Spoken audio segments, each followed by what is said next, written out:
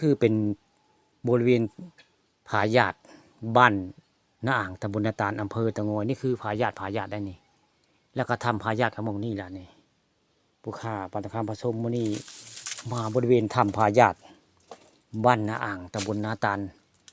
อำเภอตะงอยได้มาหมองนี้จะเป็นทำเป็นฮิวได้นี่ต้นไม้จังไม้อย่างสูงต้นไม้นี่บักที่ใหญ่พี่น้องนี่ไม้ผมนี่คือไม้แต่พวกใหญ่สูงเท่าไหร่นี่อยู่บริเวณทำผาหยาดบ้านนาอ่างตำบลนาตาลได้นี่เป็นถ้ำได้นี่คือบริเวณถ้ำผาหยาดบ้านนาอ่างตำบลนาตาลอำเภอตะงอยได้ผู้ข้าปลาทองคำผสมวันนี้พามาเที่ยวถ้ำพี่น้องได้พาหลานทรายได้มาเที่ยวถ้ำผาหยาดบ้านนาอ่างตำบลนาตาลอำเภอตะงอยได้นี่หลานทรายมานำได้หมดนี่คือเป็นภาพบริเวณถ้ำผาหยาดวัดข้ามไผ่ได้หมดนี่มีต้นไม้อยู่แถวหน้าผาได้หมดนี่อยู่หน้าผาอยู่หน้าถ้ำไว้พี่น้องนี่ถ้ำใหญ่สวยงามได้นี่เหมาะสำหรับที่สิมาปีกวิเวกหรือว่าจำพรรษานี่อยู่บริเวณถ้ำผาหยาดนี่แหละคือถ้ำผาหยาดพี่น้องนี่หลานทรายได้มานำหลานทรายมานำได้เสียงยามเสียงยะอีเตอร์เพิ่นมานำได้หมดหลานทรายผู้ฆ่านี่ละมาทำนี่มาฮอดนี่มาพ่อนี่เห็นพระได้นี่เห็นพระอยู่นี่มีพระพี่น้องนี่พระนี่พระเก่าก็มีได้นี่มีหอดเทียนพี่น้องนี่คาดว่าหมองนี้สิมีคนมานอนจำพรรษาเนาะจะหลานนอนบนแล้วนี่นานแล้วได้นี่ต้องมีครูมีสายกรรมฐานข้าเจ้าสิมานอนเนาะมันยังจะหลานอันนี้คือมันยังอันนี้นี่พ่อกากหรือมันยังอันนี้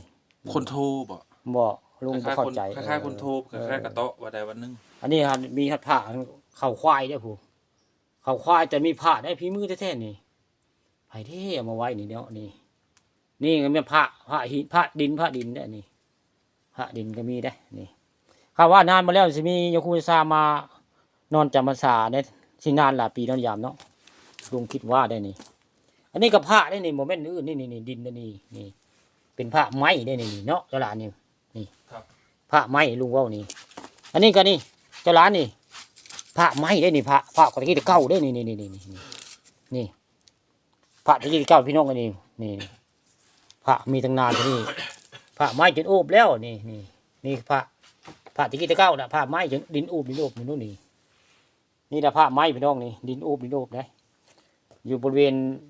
ผาหยาดวัดคำไผ่แหละทำใหญ่อูอาได้ผู้ป่านเพิ่นนี้ในวิทย์ไว้พี่น้องผู้ทำนี่บ่เคยมาจักเทื่อได้ทำเนี่ยเคยผ่านแต่บ่เคย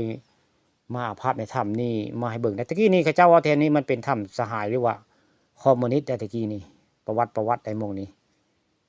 ตะโกนในหลายปีได้ตำนานสมัยมีกคหรือคอมมิวนิสต์ตะกี้หม่องนี้แหละข้าเจ้าอยู่นี่ถ้ำผาหยาด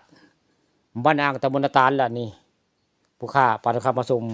พามาชมถ้ำผาหยาดบ้านอ่างตำบลนาตาลคักถ้ำเพิ่น